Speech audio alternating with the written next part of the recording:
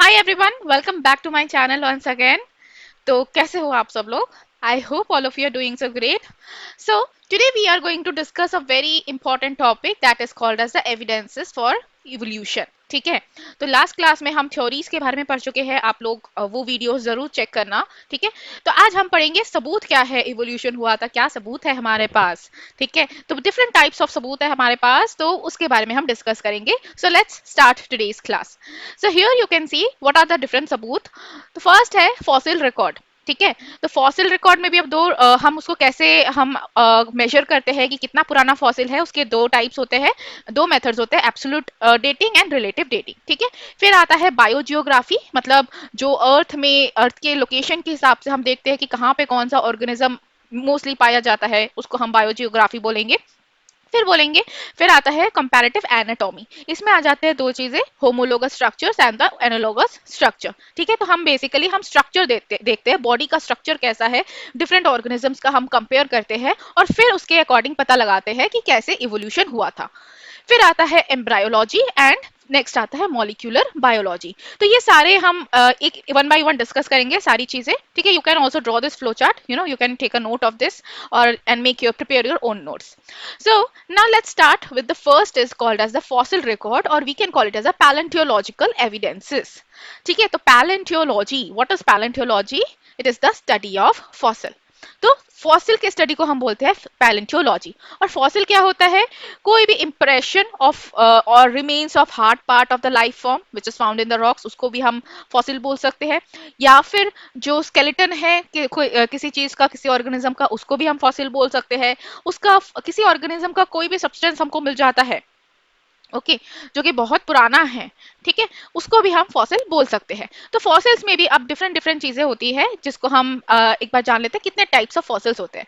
First होता है intact fossil. All of you can please take the notes down. Alright, intact fossil वो होता है जैसे कि अगर आप जाओगे ग्लेशियर्स में, ठीक है, माउंटेन रीजन्स में जहाँ, या फिर ग्लेशियर्स में जहाँ पे बहुत बर्फ ही बर्फ है हर तरफ, राइट, अगर वहां पे किसी ऑर्गेनिज्म की डेथ हो जाती है तो वो बिल्कुल बर्फ में दब जाएगा, बट उसमें डिकम्पोजिशन प्रोसेस जो है वो नहीं होगा, या फिर बहुत ही स्लोली होगा decomposition process.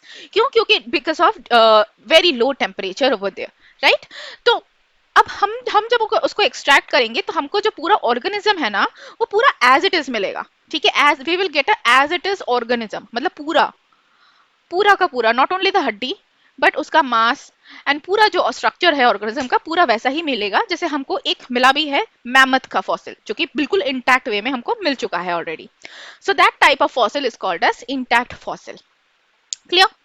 Second is the compression fossil. Compression fossil क्या होता है? मेनली हमें ये देखने को मिलता है सी बेड में, सी बेड में ये सबसे ज्यादा फॉर्म होता है, सी शोर में, और ऐसे एरियाज में जहां पे कभी ना कभी जो सॉइल है वो गीली मिट्टी रही होगी, मतलब वहां पे या तो रिवर रहा होगा पहले, या फिर सी शोर रहा होगा। ठीक है, रिवर बैंक में भी हो सकता है ये चीज फॉर्म। ठीक है, सॉफ्ट मिट्टी। तो बेसिकली इसमें क्या होता है, मिट्टी के बीच में कोई ऑर्गेनिज्म दब गया। ठीक है, अब वो गीली मिट्टी थी तो ऑर्गेनिज्म ने क्या किया, मिट्टी ने उस ऑर्गेनिज्म के आउटर कवरिंग का शेप ले लिया। ठीक है, आउटर जो बॉडी स्ट्रक्चर है उसका शेप ले लेते हैं। Over the period of time वो मिट्टी सूख जाएगी। ठीक है, हो सकता है रिवर नदी भी अपना रास्ता बदल ले। ठीक है, अगर सी शोर है तो उसका भी थोड़ा जो सी का जो सी शोर है वो भी थोड़ा चेंज हो जाए over the period of time, हो सकता है ना। तो अब वो सूखा हो गया, सूखी मिट्टी हो गई वहां पे। अब पहले तो वो फॉसिल थी, अब फॉसिल जो ऑर्गेनिज्म है वो over the period of time वो डिकम्पोज हो गई। तो मिट्टी के अंदर वो शेप फॉर्म हो जाता है। ठीक है, मान लो ये मिट्टी है, यहाँ पे कोई इंसेक्ट दबा होगा, तो मिट्टी के अंदर ही ना ये ऐसे शेप फॉर्म हो जाएगा, ये पूरी मिट्टी मिट्टी और ये ऊपर भी। जब हम उसको निकालेंगे ये हमको पूरा प्रॉपर शेप देखने को मिलता है। तो ऐसा ही हमको बहुत सारे फॉसिल्स मिले, किसके? अमोनाइट के। ठीक है, अमोनाइट के बहुत सारे ऐसे कंप्रेशन फॉसिल्स मिल चुके हैं। I hope it is clear to all of you. Next आता है पेट्रिफाइड फॉसिल्स। पेट्रिफिकेशन मतलब कॉम्प्लेक्स ऑर्गेनिक मॉलिक्यूल्स जो है वो कन्वर्ट हो जाता है इनऑर्गेनिक मॉलिक्यूल्स में। मतलब पूरा ऑर्गेनिज्म है, over the period of time due to high pressure, high temperature, after the process of decomposition क्या बचा रहेगा? अब सिर्फ इनऑर्गेनिक मॉलिक्यूल्स ही बचे रह जाएंगे, inorganic minerals, right, molecules in the form of minerals. तो हमको क्या मिलेगा देखने को, सिर्फ मिनरल्स ही देखने को मिलेंगे, ठीक है। फॉर एग्जाम्पल कोल, ठीक है, कोल बनता है कोलिफिकेशन के प्रोसेस से, बट वो भी क्या है, एक टाइप का मिनरल से ही बन रहा है ना। प्लांट्स डिकम्पोज हो गया, उसमें से सारी चीजें निकल के सिर्फ क्या रह गया, कार्बन रह गया, ठीक है। So that is the petrified fossil. Next up is the faecal fossil. समझ ही गए होंगे नाम से कि क्या है, फीकल मैटर मिल जाता है हमको पास्ट के ऑर्गेनिजम्स के, ठीक है। तो इसको हम एक और नाम से जानते हैं कॉप्रोलाइट, कॉप्रोलाइट फॉसिल भी बोलते हैं। फिर आता है palynofossil, palyno pollen grain. तो पास में जो प्लांट्स रहे होंगे उनके जो पोलन ग्रेन्स है, बेसिकली पोलन ग्रेन का जो स्ट्रक्चर होता है ना, it's very hard, like the outer covering of the pollen grain, जो आउटर कवरिंग होता है which is called as the exine, that's a very hard, okay. तो it can tolerate the harsh environmental condition also. तो pollen grain जो है easily damage नहीं होता, वो रह सकता है सालों साल तक, ठीक है। तो उसका हमको फॉसिल मिल जाता है, तो that is called as palynofossil. I hope this is clear to all of you. Now moving on to next, कि हमको और क्या फॉसिल्स मिले हुए हैं जिसकी हमें पूरी हिस्ट्री पता चल जाती है। तो हमको पूरा हॉर्स का खानदान मिला हुआ है, हमें हॉर्स का पूरा हिस्ट्री पता है, ठीक है, कि सबसे पहले क्या था, फिर क्या आया, फिर क्या आया, पूरा हमको हॉर्स का खानदान पता है, ठीक है। तो ये था फॉर हॉर्स का फॉसिल। इसके बाद हमको ह्यूमन का तो ऑफ कोर्स पता ही चला हुआ है, आप लोगों को भी पता होगा, राइट। तो ह्यूमंस के फॉसिल्स में सबसे पहले हम नाम जान लेते हैं, सबसे पहला जो ऑर्गेनिज्म था, we call it as Australopithecus africanus, okay. Australopithecus africanus जो सबसे पहला, like it was not only the human, like human evolution में जो सबसे पहला स्टेप था। उसके बाद ऑफ कोर्स ऑस्ट्रेलोपैथिकस अफ्रीकानस से it gets segregated into different organisms, like उससे गोरिल्लास भी बने, फिर होमोसेपियंस भी आया। बट सबसे पहला जो था ऑस्ट्रेलोपैथिकस अफ्रीकानस था, ठीक है। जहां से होमो स्टार्ट होता है, होमो इरेक्टस मेनली, तो वहां से हम मानते हैं कि क्या ह्यूमन का भी जो है इवोल्यूशन स्टार्ट हो गया, होमो फैमिली का, ओके, होमोजीनस का basically, alright. So, and now we are the Homo sapiens. So this is about the human history. एक और बहुत इंपॉर्टेंट फॉसिल है which is the link between the reptiles and the birds, ठीक है। Fossil से हमको सिर्फ अपना ही हिस्ट्री नहीं पता चलता, हमें लिंक भी पता चल जाता है, कनेक्टिंग लिंक। जैसे आप पढ़ते हो ना, पाइसिस, उसके बाद क्या आता है, एम्फीबिया, फिर आता है रेप्टाइल, फिर आता है एप्स, फिर आते हैं मैमल्स। अब ये ऑर्डर किसने डिसाइड किया, हमको कैसे पता कि यही ऑर्डर है, ये हमको यही इसी से पता चला है कि कैसे कैसे इवोल्यूशन हुआ, ठीक है। फॉसिल से भी हम आइडेंटिफाई कर सकते हैं, स्ट्रक्चर से भी आइडेंटिफाई कर सकते हैं, और कुछ जो मैंने आपको थ्योरीज बताई इवोल्यूशन की थ्योरीज, उसमें भी हमको पता चल जाता है कि सबसे पहला जो ऑर्गेनिज्म है वो क्या था, एक्वाटिक ऑर्गेनिज्म था, पाइसेस, ठीक है। तो वहीं से पाइसेस आता है।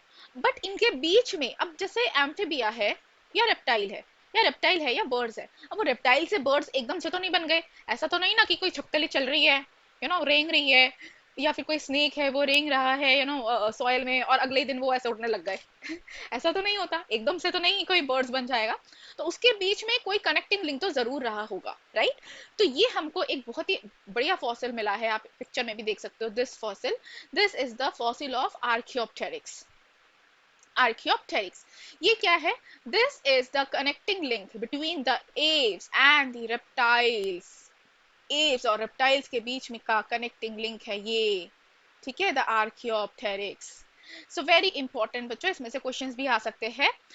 क्यों, क्योंकि देखो रेप्टाइल के पास क्या होता है, टेल होता है, राइट। रेप्टाइल के पास जो बोन्स होती है रेप्टाइल्स की, those are not hollow bones. Birds में हमको पता है कि bird has the hollow bones, but reptiles के सॉलिड बोन्स होते हैं, राइट। तो इसके पास भी क्या है, सॉलिड बोन्स है, इसके पास क्या है, सॉलिड बोन्स है। बट इसके पास क्या है, फेदर्स भी तो है, फेदर्स है, विंग्स भी है इसके पास, ठीक है। तो जो four limbs those are modified into the wings, okay. तो ये क्या है, ये एक टाइप का कनेक्टिंग लिंक है, missing link between the reptiles and apes. So these are about all of the fossils. अब हम जानेंगे कि फॉसिल्स कितना पुराना है, हमको ये पता कैसे चलता है। तो इसके दो तरीके हैं, वैसे तो बहुत सारे तरीके हैं, बट मेनली दो तरीके हैं, relative dating and the radioactive dating. Radioactive dating is also called as absolute dating, ठीक है, इसको एब्सोल्यूट डेटिंग भी बोला जाता है। तो रिलेटिव डेटिंग में मेनली क्या होता है, सेडिमेंट्री रॉक्स, जैसे अगर हम खुदाई कर रहे हैं तो खुदाई करते हुए डिफरेंट सॉइल के लेयर्स आते जाएंगे, है ना, सेडिमेंट्री रॉक्स आते जाएंगे। अब कुछ चीज मिल गया हमको, मान लो पहले ही हमको कोई फॉसिल मिल गया किसी चीज का, और उसके बाद और खुदाई कर रहे हैं और वो बाद में मिला, दूसरा फॉसिल हमको बाद में मिला जाके, है ना, और ज्यादा खुदाई करने के बाद मिला यहाँ पे कहीं पे। तो नया फॉसिल कौन सा होगा? ये वाला ना, जो पहले मिला, राइट। और जो बाद में मिला, जो सबसे नीचे मिला, वो होगा उतना ही पुराना फॉसिल, राइट। तो ये होता है रिलेटिव डेटिंग, मतलब हम रिलेशन एक तरह से कंपेयर कर रहे हैं कि कौन से लेयर में कौन सा फॉसिल मिल रहा है, ठीक है। और उसको कंपेयर करके देख रहे हैं कि अच्छा ये लेयर इतने साल पुराना पहले बना हो सकता है, तो ये इतना पुराना फॉसिल होगा, क्योंकि इतने साल पुराने लेयर में ही वो दबा हुआ है, ठीक है। तो this is the relative dating. Next is the radioactive dating. ये होता है, इसको हम एब्सोल्यूट डेटिंग भी बोलते हैं, बिकॉज इसमें हमको ऑलमोस्ट हमको पता चल जाता है कि ये कितना साल पुराना है, ठीक है। एब्सोल्यूट हमको फिगर्स मिल सकते हैं, इसमें बहुत ज्यादा पॉसिबिलिटीज है।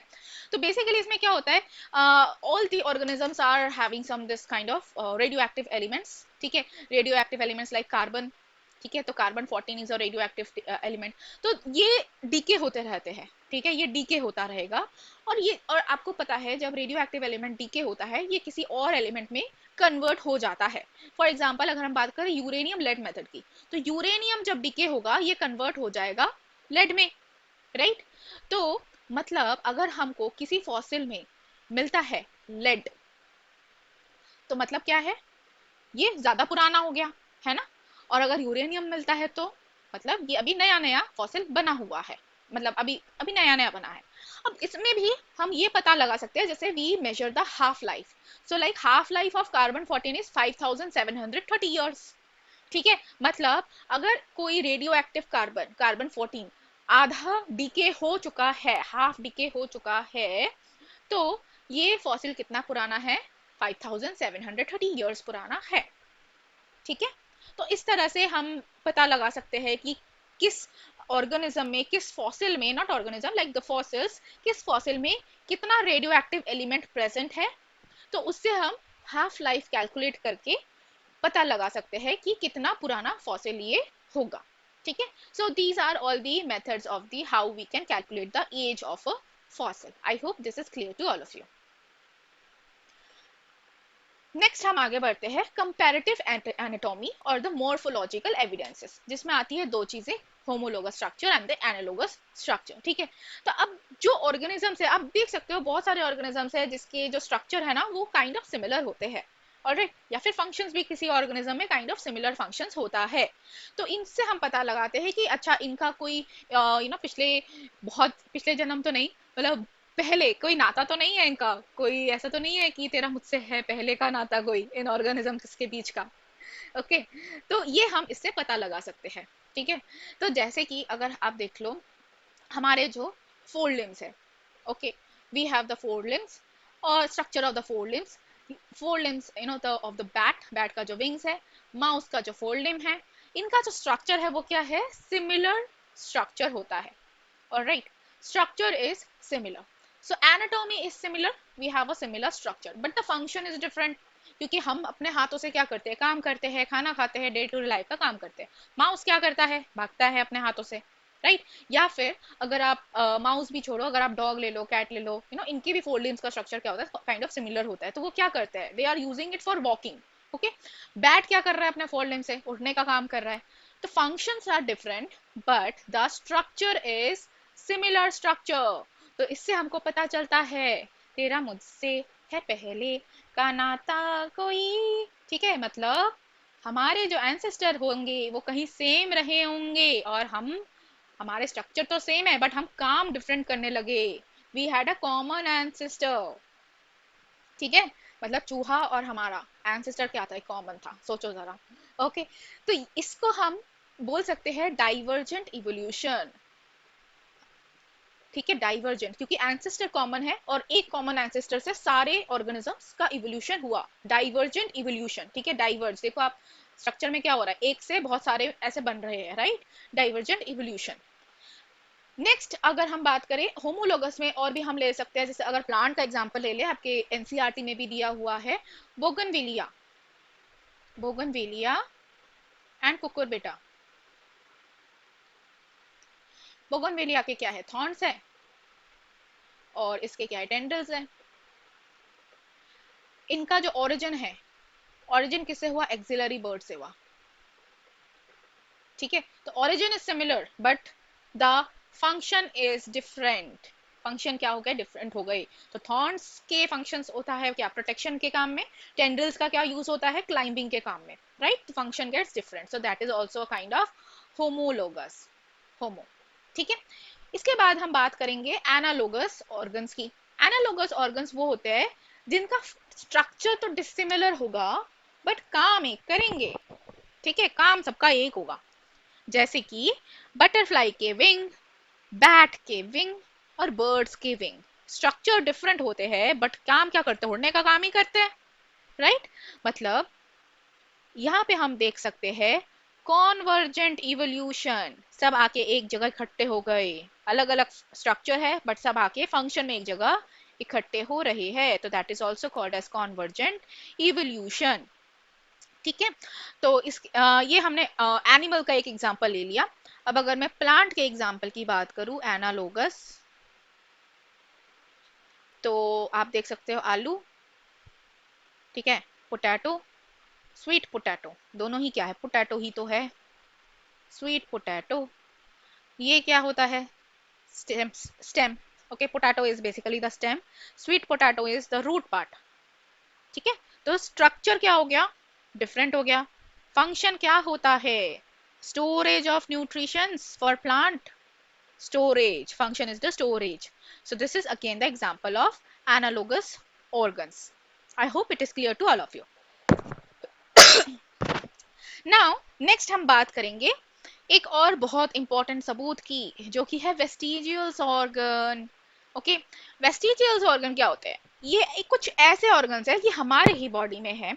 इसमें हम अब खुद को दूसरे ऑर्गेनिज्म के साथ कंपेयर नहीं कर रहे, हम अपने ही बॉडी में सबूत खोज रहे हैं, ठीक है। तो कौन से एविडेंसेस है, वेस्टिजियल ऑर्गन्स, ये कुछ ऐसे पार्ट्स ऑफ द बॉडी है जो पहले तो बहुत इंपॉर्टेंट हुआ करते थे बट अब नहीं है, अब इनका कोई काम नहीं है, ठीक है। तो इनको हम बोलते हैं वेस्टिजियस ऑर्गन। तो अब they are non functional, they are rudimentary, कोई काम नहीं है। फिर आप पूछोगे कि है ही क्यों हमारे बॉडी में, मतलब टाइम लगेगा अब इसको हमारे बॉडी से निकलने में भी, इसको और भी ज्यादा हो सकता है और हमें ज्यादा इवोल्यूशन करना पड़े, इवोल्यूशन के प्रोसेस से जाना पड़े ताकि ये हमारे बॉडी से टोटली निकल ही जाए। मतलब क्या करना है, कुछ काम तो है नहीं, एवं ही है ये, ठीक है। तो कौन कौन सा है देख लेते हैं। सबसे पहला तो most famous the wisdom teeth, ठीक है, अक्ल की दांत। विजडम टीथ जो होते हैं वो पहले काम में आया करते थे।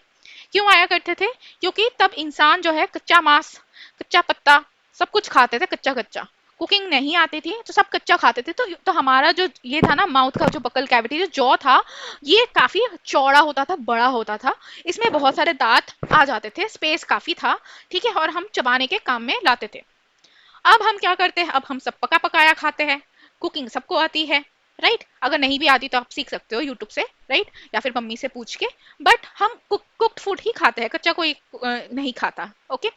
तो तो अब जब हम कुक्ड फूड खाते हैं तो हमें ज्यादा चूइंग की जरूरत नहीं है, राइट।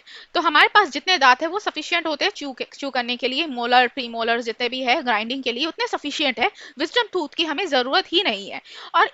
और भी है कि हमारा जो जॉ है ना, ये भी छोटा हो गया है, साइज में छोटा हो गया है, तो विजडम टूथ को फिट होने में भी स्पेस नहीं मिल पाता। इवन किसी किसी में तो ऐसा भी देखा गया है कि किसी को जब अकल की दांत आती है ना, कब आती है वैसे, 18 साल की, 18-22 से लेके 30 साल की एज तक आती है अकल की दांत।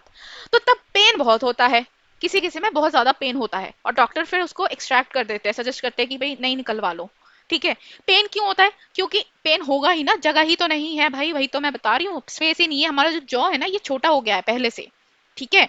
तो जब स्पेस नहीं है, अब वो फिट होने की कोशिश कर रहा है, तो वो आसपास के दांत को भी हिला देगा, नर्व्स को हिला देगा, तो इसलिए पेन होता है। तो अब ये जरूरत नहीं है इसकी, so this is a kind of vestigial organ for us, ठीक है। इसके अलावा और भी वेस्टिजियल पार्ट्स है, एक और इंपॉर्टेंट निक्टिटेटिंग मेम्ब्रेन, ये आंख के पास में, यहाँ पे एक जो मेम्ब्रेन, यहाँ पे एक छोटा सा आप देख सकते हो चीज जो होता है, यू नो, यहाँ पे ये होता है निक्टिटेटिंग मेम्ब्रेन। और राइट, अब इसका फंक्शन क्या होता था, मेनली ये आप बर्ड्स में देख सकते हो, बर्ड्स में अभी भी आपको मिलेगा, ठीक है, अगर आपके पास कोई बर्ड है जिसको आप बहुत क्लोजली वॉच कर सको, तो आप उसको देखना, जब बर्ड्स अपनी आंखें बंद करती है, एक हल्का सा ट्रांसपेरेंट और बहुत ही वाइटिश कलर का एक मेम्ब्रेन ऐसा हमको दिखने को मिल जाता है जब आंखें क्लोज करिए या फिर ओपन करिए उस ड्यूरेशन में। ठीक है, so that is the nictitating membrane. It use to protect the eyes of a bird, क्योंकि उनके पास आई लैशेस तो नहीं होते, है ना, हमारे पास आई लैशेस होते हैं, तो eye lashes are helping in the protection कि कोई डस्ट ना चले जाए एकदम से, या फिर पानी ना चला जाए, जैसे हम पसीना आ रहा है तो एकदम से वो पसीना आंखों में ना घुस जाए। तो हमको इस चीज की अब जरूरत नहीं है। ठीक है, बर्ड्स को एंड एम्फीबियंस में अभी भी देखने को मिलता है। क्लियर। फिर बॉडी हेयर्स हमारे किसी काम के नहीं है ना, गूज बम्स जो आते हैं हमको, क्या काम है उसका। फिर ईयर के जो मसल्स है, कोई कोई लोग आप देख सकते हो ईयर को मूव करते हैं, किसी किसी के पास ऐसा टैलेंट होता है, अगर आप में से किसी के पास है तो मेरे को जरूर बताना, मेरे तो नहीं होते। ठीक है, ईयर ईयर को मूव कर सकते हैं थोड़े थोड़े, तो वो क्यों कर सकते हैं, due to the presence of ear muscles. ठीक है, बट उसका कोई काम नहीं है सच, मतलब क्या कर लोगे आप थोड़ा बहुत मूव करके भी, उसे आपको कुछ सामान थोड़ा ना उठाना है। ठीक है, फिर है टॉन्सिल्स, इसका भी कुछ काम नहीं है, बट ठंड लगती है तो टॉन्सिल्स में पेन जरूर होता है। ओके, फिर आते हैं मेल के निपल्स, इसका भी कुछ काम नहीं है, क्योंकि ब्रेस्ट फीड तो फीमेल्स को ही कराना होता है, मैमरी ग्लैंड तो फीमेल्स के पास ही होता है, तो मेल्स के निपल्स का कोई रोल नहीं है। राइट। फिर आता है टेल बोन, द कॉकिक्स। ठीक है, इसका भी अभी हमारे ह्यूमन बॉडी में कोई काम नहीं है, बाकी ऑर्गेनिजम्स में होते हैं, टेल होता है उनका, तो उनमें काम होता है। ठीक है, बचपन में आप देख सकते हो जब कोई ह्यूमन पैदा हो रहा है, उसका ये कॉकिक्स जो है वो प्रोमिनेंटली विजिबल होता है, एम्ब्रायो स्टेज में भी ये विजिबल होता है, और कभी कभी किसी बच्चे में आ भी जाता है, मतलब ऐसा न्यूज में भी आया था, वाह इस बच्चे के पूंछ आ गई, ये हनुमान जी का अवतार है, ऐसे करके आ जाते हैं कभी कभी न्यूज में। बट वो टेल क्या है, वो कॉकिक्स का ही वो एक काइंड ऑफ वेस्टिजियल है, उसको सर्जिकली रिमूव भी कर सकते हैं अगर किसी में आ गया तो, अदरवाइज ये नहीं आता। ठीक है, नहीं आता, हमारे बॉडी में इसका कोई काम नहीं है। पहले हुआ करता था, बिकॉज हमारे एंसेस्टर्स हम ऑस्ट्रेलोपैथिकस अफ्रीकाना से ही आए हैं, जैसे मैंने बोला उनमें ये टेल हुआ करता था, तो ऑफ कोर्स वो रह गया है, वो एक काइंड ऑफ ऑर्गन जो है ना, वेस्टिजियल ऑर्गन रह गया है, टेल बोन। ठीक है, तो ये हमारे थे vestigials organ. I hope this is clear to all of you. Next move करते हैं, वेरी इंपॉर्टेंट कॉन्सेप्ट, बहुत ही इंपॉर्टेंट है, द बायोजियोग्राफिकल एविडेंस, इसमें से क्वेश्चंस 100% आता है। ठीक है, जरूर पूछा जाएगा। तो इसमें सबसे इंपॉर्टेंट है अडेप्टिव रेडिएशन। तो अब देखो ये क्या होता है। अब देखो adaptive radiation is a kind of, you can say, divergent evolution only. ठीक है, डाइवर्जेंट इवोल्यूशन ही है। सबसे पहले इसको बोला था किसने, डार्विन भाई साहब ने, चार्ल्स डार्विन। ये घूमने गए, इनको बड़ा शौक था घूमने का, ये घूमने गए अपने शिप में।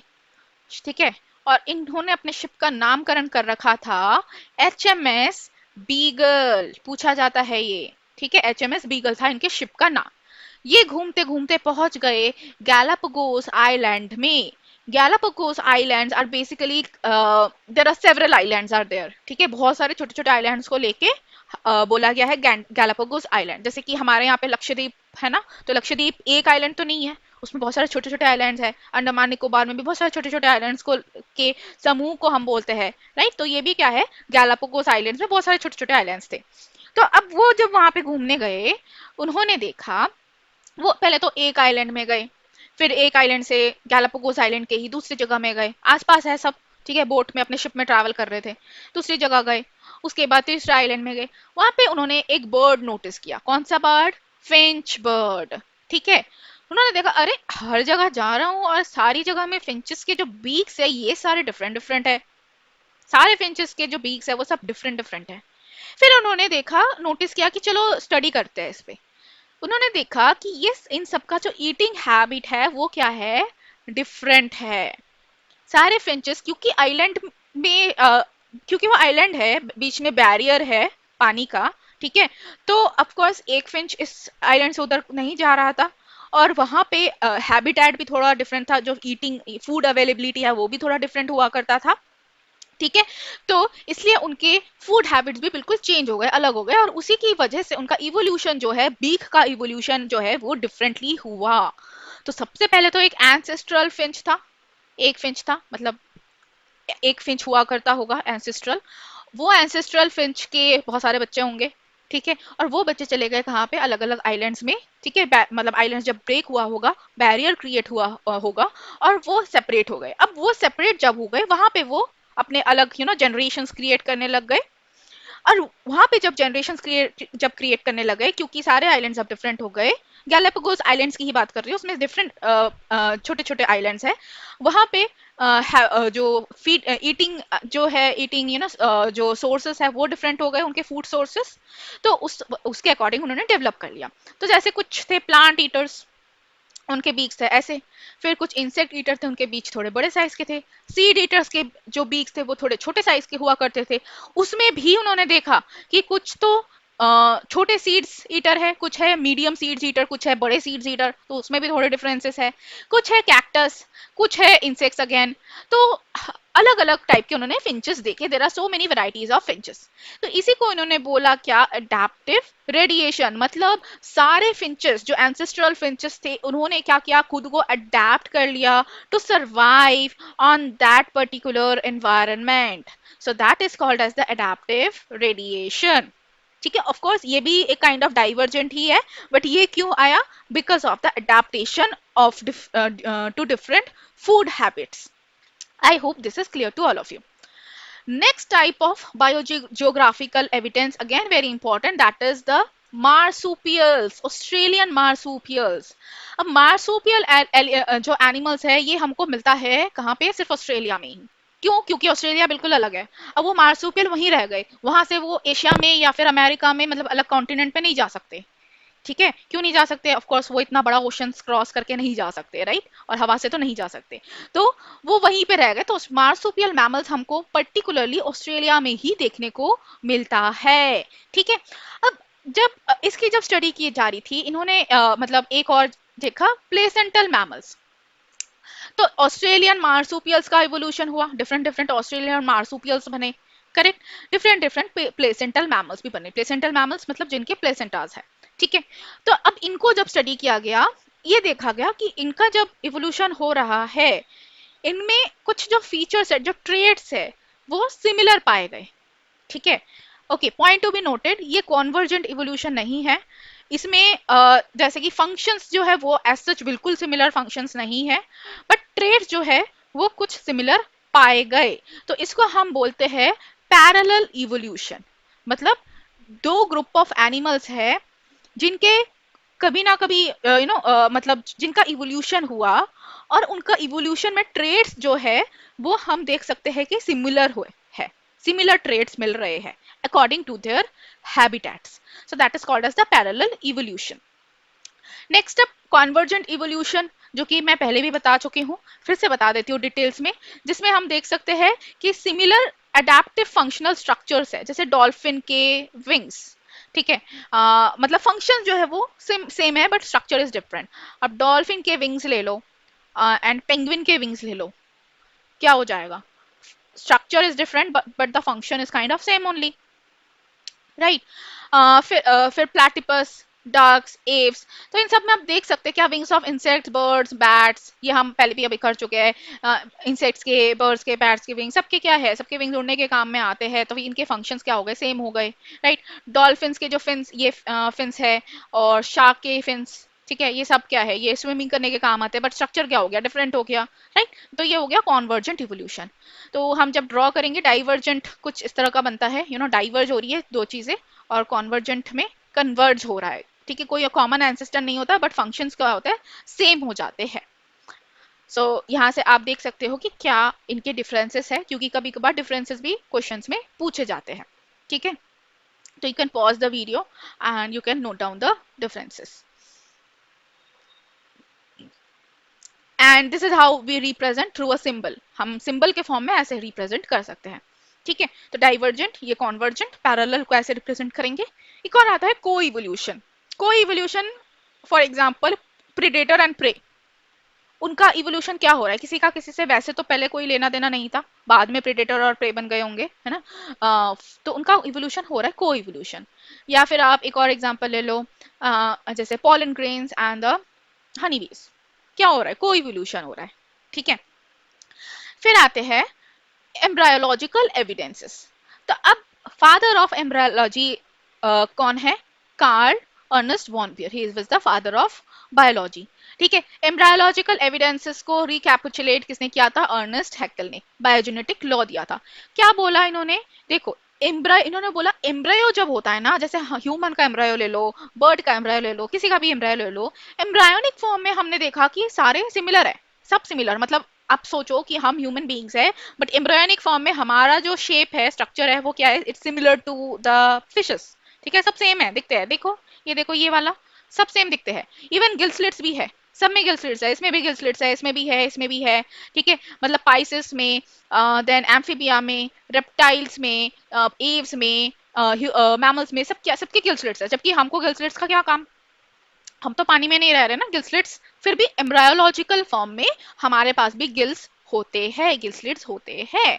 ठीक है, देखो हाइंड लिम्बर्ड है, ये देखो, ये सब सबके पास है, ये हाइंड लिम्बर्ड, ये वाला इनमें है, तीनों में है।